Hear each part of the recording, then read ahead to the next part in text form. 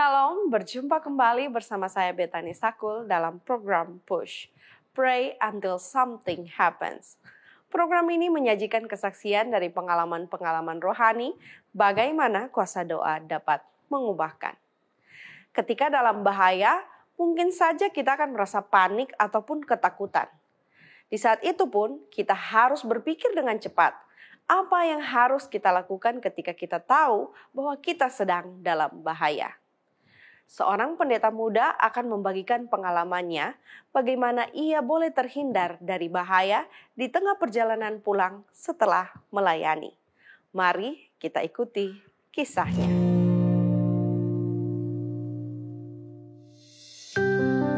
Salam sejahtera, shalom.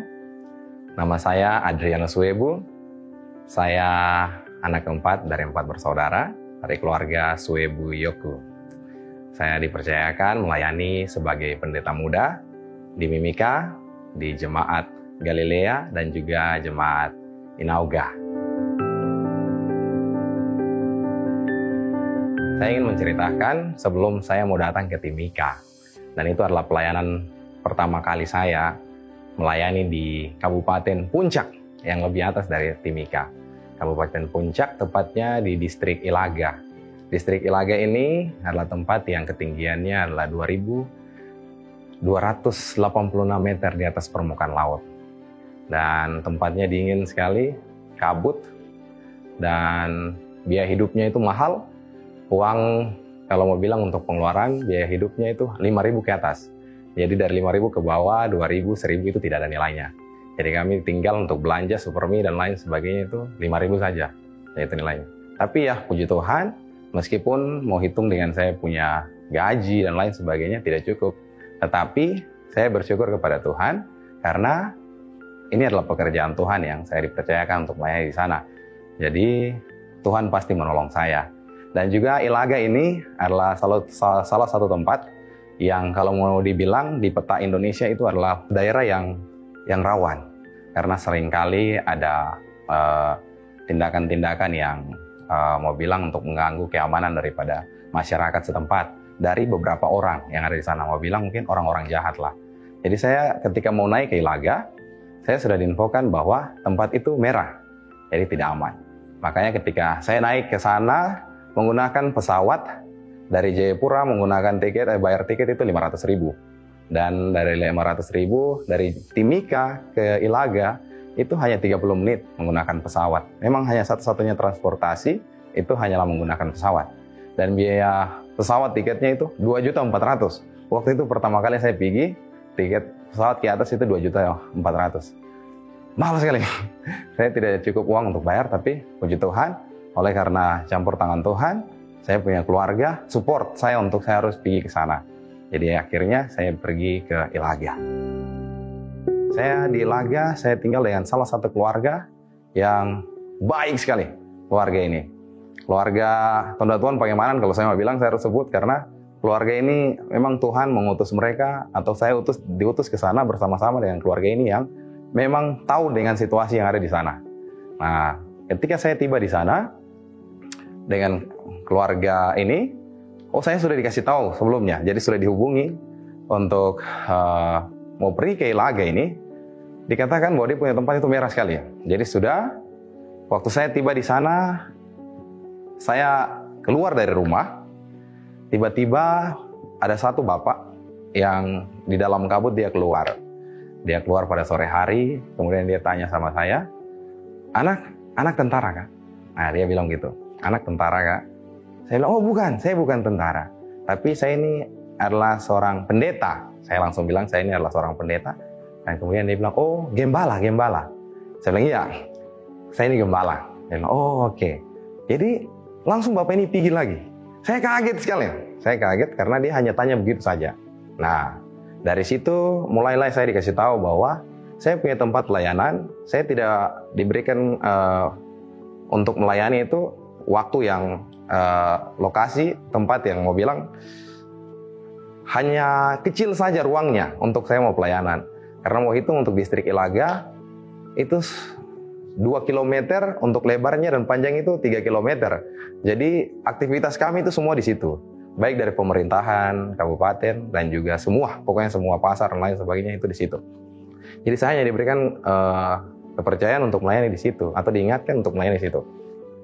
Singkat ceritanya, keluarga terkasih ini ketika mereka dapatkan SK untuk akhirnya mereka harus pindah ke distrik yang sebelah, distrik Sinak, saya harus tinggal sendiri untuk melayani bersama-sama juga dengan beberapa anggota di situ. Nah, ini suatu momen yang saya mau ceritakan bagaimana Tuhan baik sekali menolong saya. Pada hari itu hari Sabtu, ketika kami selesai beribadah, saya punya hati kecil ini membisikkan kepada saya, dorong saya untuk harus pergi mengunjungi satu keluarga. Dan satu keluarga ini mereka berada di zona yang di luar daripada zona yang ditempatkan untuk saya melayani. Nah, jadi ketika hari itu saya dibisik-bisik terus saya harus pergi. Akhirnya setelah kami makan siang, langsung saya pergi. Jadi tanpa mengganti pakaian sembahyang, pakaian ibadah, saya langsung pergi. Pada saat itu juga karena memang kendaraan jalannya sudah dibuat dan berbatu-batu. Jadi saya pergi ke salah satu tempat yang ada di distrik situ, Ilaga. Dia punya nama itu Kepala Air. Nah, salah satu kampung di situ, saya pergi mengunjungi satu keluarga. Satu keluarga ini adalah keluarga yang cukup terkenal juga di Ilaga. Saya bilang ini dikenal dengan Bapak Markisa. Nah, saya kunjungi dia di sana dengan keluarganya.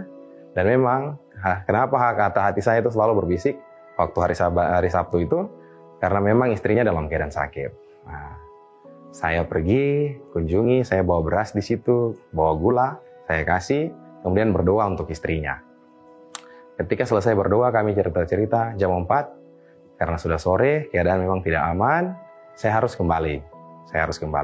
Memang pada saat itu, beberapa hari sebelumnya terjadi pembunuhan, tukang ojek dibunuh di daerah situ.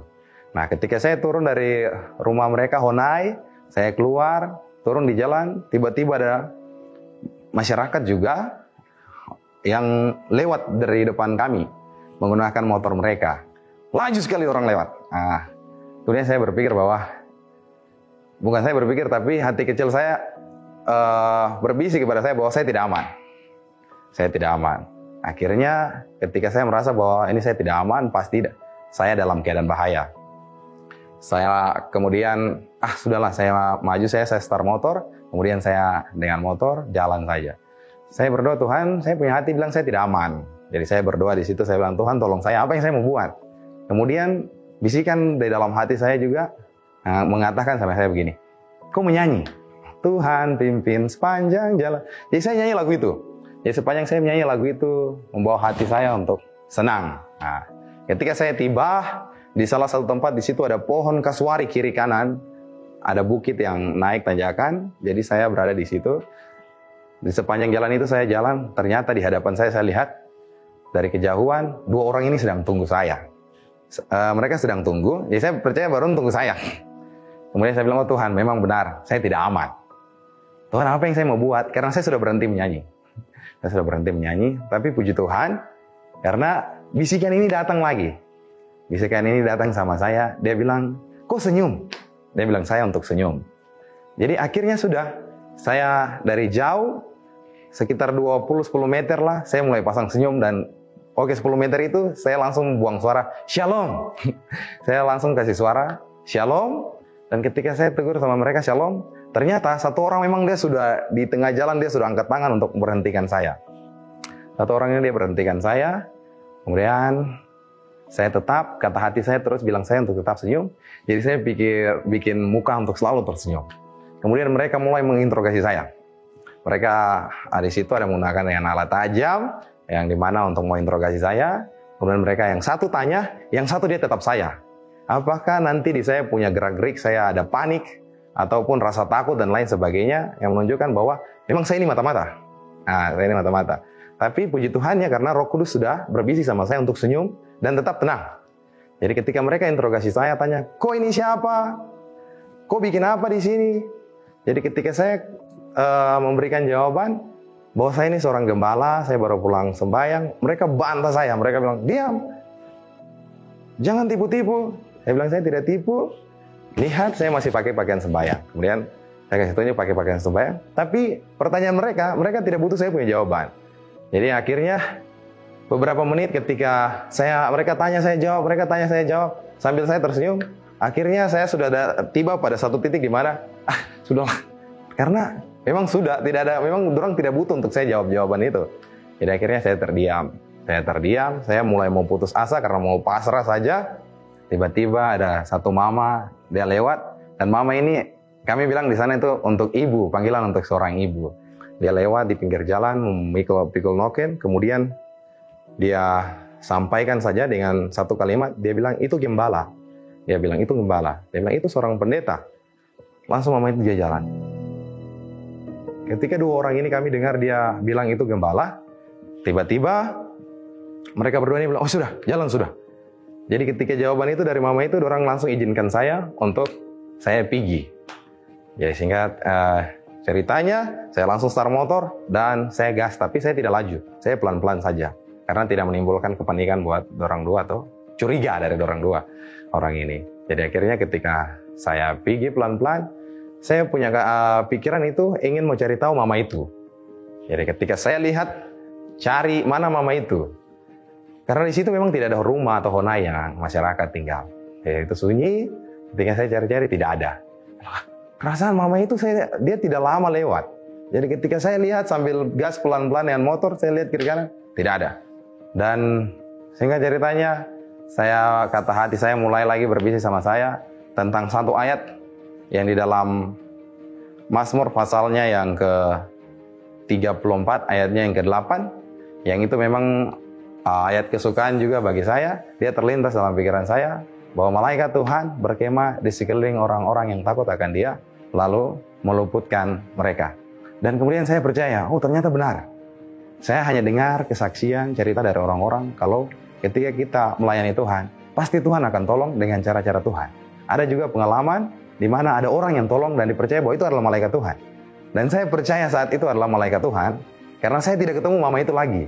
Saya cari kiri kanan, tidak ketemu mama itu. Dan puji Tuhan ayat itu terlintas, makanya itu menjadi satu pelajaran yang berharga juga bagi saya, bahwa ketika kita melayani Tuhan, pasti janji Tuhan itu akan tergenapi dalam kehidupan kita. Ketika kita mengalami situasi yang sulit sekalipun, pasti Tuhan akan kasih jalan keluar untuk menolong kita.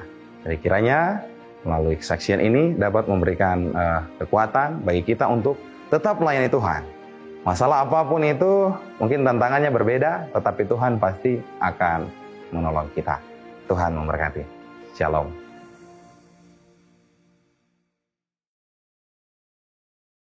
Saudara-saudaraku, ternyata benar. Ketika kita melayani Tuhan dengan sungguh-sungguh, pasti Tuhan akan selalu menjaga, melindungi kita, bahkan menolong kita dengan cara Tuhan. Mazmur 34 ayat 8 berkata, malaikat Tuhan berkemah di sekeliling orang-orang yang takut akan Dia, lalu meluputkan mereka. Berikut ini kita akan ikuti doa yang akan dibawakan oleh Pendeta Jeffy Muaya. Kepada pendeta, dipersilahkan. Terima kasih Betani. Bapak Ibu Saudara sekalian, dimanapun Anda berada, mari kita berdoa. Ya Allah, ya Tuhan kami bersyukur karena saat ini kami boleh menyaksikan program Push. Kiranya dengan program ini dapat menguatkan iman kami semua. Dapat mendekatkan kehidupan kami dengan Engkau ya Tuhan. Dapat membuat iman kami semakin hari semakin kuat. Dan dapat dipersiapkan untuk kehidupan kekal bila Engkau datang pada kali yang kedua. Berdoa secara khusus. Hamba Tuhan Pendeta Adrianus Suebu sebagai narasumber. Tuhan berkati dia, berkati hamba Tuhan ini, biarlah apa yang dia bawakan, apa yang dia saksikan, kiranya dapat menjadi kekuatan kepada kami semua pada saat ini. Ya Allah, ya Tuhan kami, mendoakan pelayanan dari hamba Tuhan ini bersama keluarganya, kiranya berkat kekuatan, kesehatan Tuhan selalu berikan, berkat kebahagiaan Tuhan berikan, berkat sukacita akan selalu mereka rasakan di dalam pelayanan dimanapun mereka berada. Mendoakan semua sahabat Push yang beribadah bersama. Tuhan berkatilah mereka di dalam semua pergumulan, di dalam semua tantangan kehidupan. Kiranya Tuhan berikan selalu kemenangan. Dan kami percaya, kami semua dikuatkan pada saat ini. Kami mendoakan akan saudara-saudara kami yang sedang bergumul oleh karena sakit. Saudara-saudara kami yang bergumul dengan pekerjaan mereka. Saudara-saudara kami yang bergumul dengan pendidikan mereka. Anak-anak Tuhan yang sedang bergumul dengan mencari pasangan hidup. Atau apa saja pergumulan yang sedang dihadapi. Apa saja tantangan kehidupan yang sedang digumuli. Kami mohon Bapa, datanglah menjadi solusi yang terbaik. Karena kami percaya bersama dengan Engkau segala sesuatu dapat teratasi. Terima kasih karena Engkau mau dengarkan permohonan kami. Terima kasih karena Engkau berjanji akan menjawab sesuai dengan kemurahan-Mu. Inilah permohonan kami Bapa. Di dalam nama Tuhan Yesus kami sudah berdoa dan mengucap syukur. Haleluya. Amin. Terima kasih pendeta sudah mendoakan kita semua, dan terima kasih juga untuk sahabat-sahabat Push yang telah bersama kami baik melalui YouTube ataupun Facebook, dan juga yang telah menyaksikan melalui Hope Channel Indonesia. Demikianlah perjumpaan kita hari ini. Kita akan berjumpa kembali di episode Push berikutnya. Jangan lupa untuk menyaksikan program menarik lainnya, persembahan dari Cornelius Media, Bridge to the Truth. Tuhan selalu menolongku, selalu menjagaku, sehelai rambutku.